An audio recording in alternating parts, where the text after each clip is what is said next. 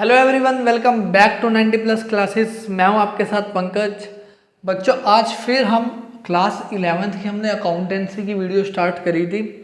एक ही वीडियो डली थी अब, और जिसमें हमने सीखा था कि एसेट्स किसे कहते हैं, कैपिटल किसे कहते हैं, लायबिलिटी किसे कहते हैं, इनकम और एक्सपेंडिचर। ये 5 मैंने आपको बोला था कि ये टर्म्स आपको ज़रूर पता होनी चाहिए अगर आपको अकाउंटिंग सीखनी है। चाहे आप स्टडी बेसिस पे सीख रहे हो या पर्सनल नॉलेज के लिए भी सीख रहे हो, तो वो 5 इंपॉर्टेंट टर्म्स थी। तो आज आगे की ओर हम टर्म्स सीख रहे हैं जो आपको आगे जितने भी आपके चैप्टर्स हैं उसमें काम आने वाली है। चाहे वो जर्नल का चैप्टर हो, अकाउंटिंग इक्वेशन हो, आपका रेक्टिफिकेशन चैप्टर हो, जहाँ जहाँ भी जर्नल एंट्री आती है, और 12th में भी ये वर्ड्स आपके काम आएंगे। तो देखो, अब आज कौन से हम टर्म्स कर रहे हैं।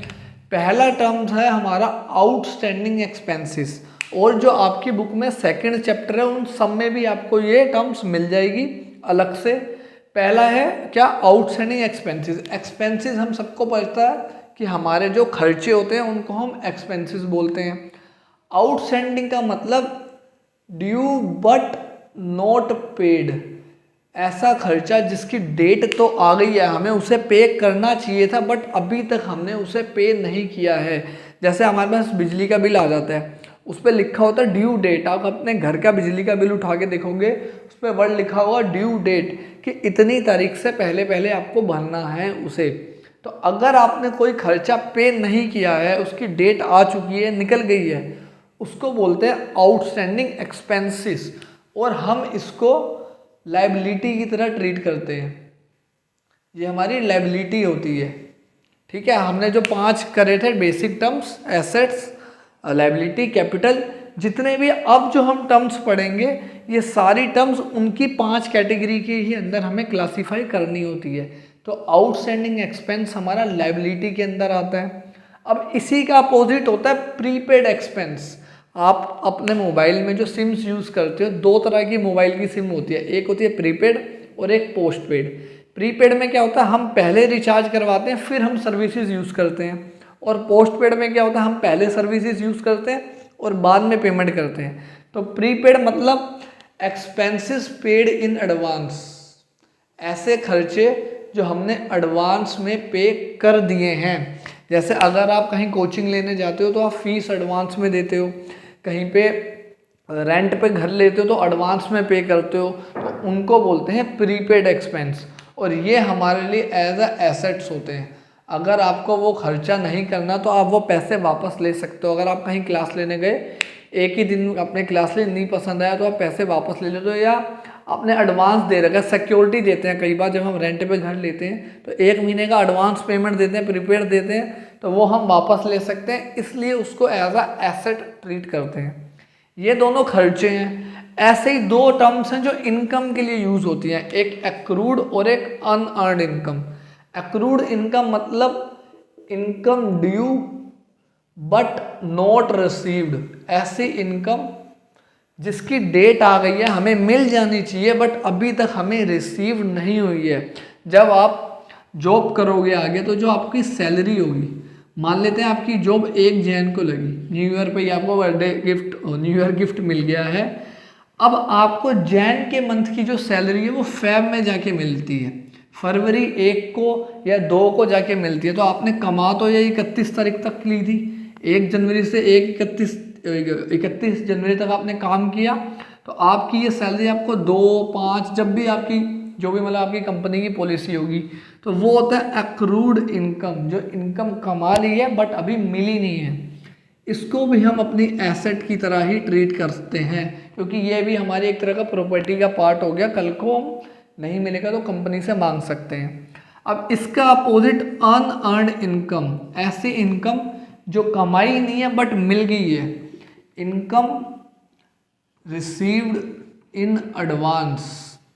कभी कभी हमें एडवांस में इनकम मिल जाती है। वही अगर मैं कोचिंग की ही बात करूं, अब आपने फीस दी, आपके लिए तो प्रीपेड एक्सपेंस हो गया, बट जो वहाँ टीचर पढ़ा रहा है उसके लिए अर्न इनकम है। अभी उसने आपको पूरे महीने पढ़ाया भी नहीं था, फिर भी उसको इनकम मिल गई है, तो उस टीचर के लिए वो लायबिलिटी हो गई, क्योंकि अब उसके ऊपर कर्जा हो गया कि मेरे को पूरे महीने पढ़ाना ही पड़ेगा। या आपके घर में कोई फंक्शन है, आप एडवांस पेमेंट दे के आ गए कहीं पे, ठीक है। दोनों में बच्चे बहुत कंफ्यूज होते हैं कि किसके लिए इनकम है और किसके लिए एक्सपेंस है। आप बैंक का टोल बुक करना था आपने, आप पहले से ही पैसे दे के आ गए, तो आपके लिए हो गया प्रीपेड एक्सपेंस, आपने बुकिंग कर दी पहले ही। और उन पर्सन के लिए हो गया, बैंक का टोल वालों के लिए, अनअर्न्ड इनकम, जिन्होंने अभी सर्विस दी भी नहीं है बट उनको एडवांस में इनकम मिल गई। ये थे मेन 4 इनकम और एक्सपेंडिचर के। अब और टॉपिक पे आते हैं। अब एक वर्ड आएगा आपके, टर्म आएगी डेप्रीशिएशन। अब देखो डेप्रीशिएशन क्या होता है, ये आपका एक पूरा चैप्टर भी आता है आगे जाके। आज आपने कोई मोबाइल खरीदा, मान लेते हैं उस मोबाइल की जो कॉस्ट है वो 15,000 रुपये है, आपने उसे 6 महीने तक यूज़ किया, क्या उसकी वैल्यू आज भी 6 महीने बाद भी मतलब 15,000 की रहेगी? नहीं, आप जब उसको मार्केट में बेचने जाओगे उसकी वैल्यू आपको कम ही मिलेगी 15,000 से, चाहे 500 कम हुई हो चाहे 1000 कम हुई हो, कम जरूर हुई होगी। क्यों कम हुई होगी? क्योंकि आपने उसको यूज़ कर लिया। तो ऐसे ही जितनी भी हमारी मोस्टली एसेट्स होती हैं, फिक्स्ड एसेट, इनकी वैल्यू जो कम होती है यूज़ करने की वजह से, वो एक वर्ड यूज़ होता है वियर एंड टीयर की वजह से, उसको बोलते हैं डेप्रीशिएशन। और कौन कौन सी एसेट होती है मोस्टली? जैसे कार हो गया, कार की वैल्यू बहुत जल्दी गिरती है, आपके इलेक्ट्रॉनिक्स आइटम्स हो गए, बिल्डिंग्स वगैरह हो गई, लेकिन लैंड की वैल्यू नहीं होती गिरती। लैंड के ऊपर डेप्रीशिएशन वर्ड हम नहीं यूज़ करते। ये हो गया आपका डेप्रीशिएशन। इसको हम एज ए एक्सपेंस मान के चलते हैं बिजनेस में, क्योंकि ये हमारा जेब से एक तरह का खर्चा मान के चल रहे हैं। कल को फ्यूचर में दोबारा एसेट खरीदनी पड़ेगी तो हमें अपनी जेब से ही पे करना पड़ेगा। अब आ जाओ बैड डेप्ट्स। हमने एक वर्ड पढ़ा था डेप्टर्स। ये जो एसेट्स जब हमने देखा था, डेप्टर्स कौन होते थे? जिनको हमने उधार में सामान बेच दिया और हमने उनसे पैसा लेना है, चाहे सामान बेचा या एडवांस मतलब लोन वगैरह दिया हुआ था और उनसे पैसा लेना है, वो सारे हमारे डेप्टर्स के अंदर आते हैं। अब अगर इन डेप्टर्स में से कोई पर्सन आपका पैसा लेके भाग गया, आपके बहुत सारे कस्टमर थे, आप उन सबको उधार सामान देते थे, उसमें से एक पर्सन पैसा लेके भाग गया आपका, तो जब आपका कोई डेटर पैसा लेके भाग जाता है, उसके लिए जो वर्ड यूज़ करते हैं उसको बोलते हैं बैड डेप्ट्स।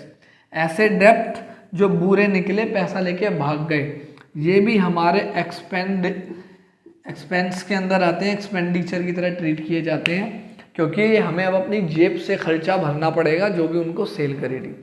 ये थी बच्चों आज बेसिक 6 टर्म्स।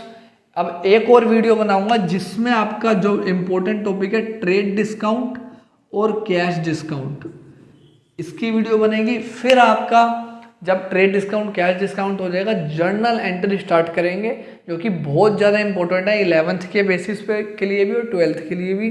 बहुत सारे ऐसे बच्चे होते हैं जिनको जर्नल एंट्री नहीं आती, इसलिए उनको अकाउंट्स मुश्किल लगती है, और ये टर्म्स के बिना वो सब हो नहीं सकता था। और जर्नल एंट्री के रूल कर लेंगे, फिर जर्नल एंट्री स्टार्ट करेंगे। तो मिलते हैं बच्चों नेक्स्ट वीडियो में। इन पॉइंट्स को अच्छे से करो ताकि आपको आगे की अकाउंटिंग में प्रॉब्लम ना आए। Thank you everyone. Please channel को सब्सक्राइब और शेयर करो।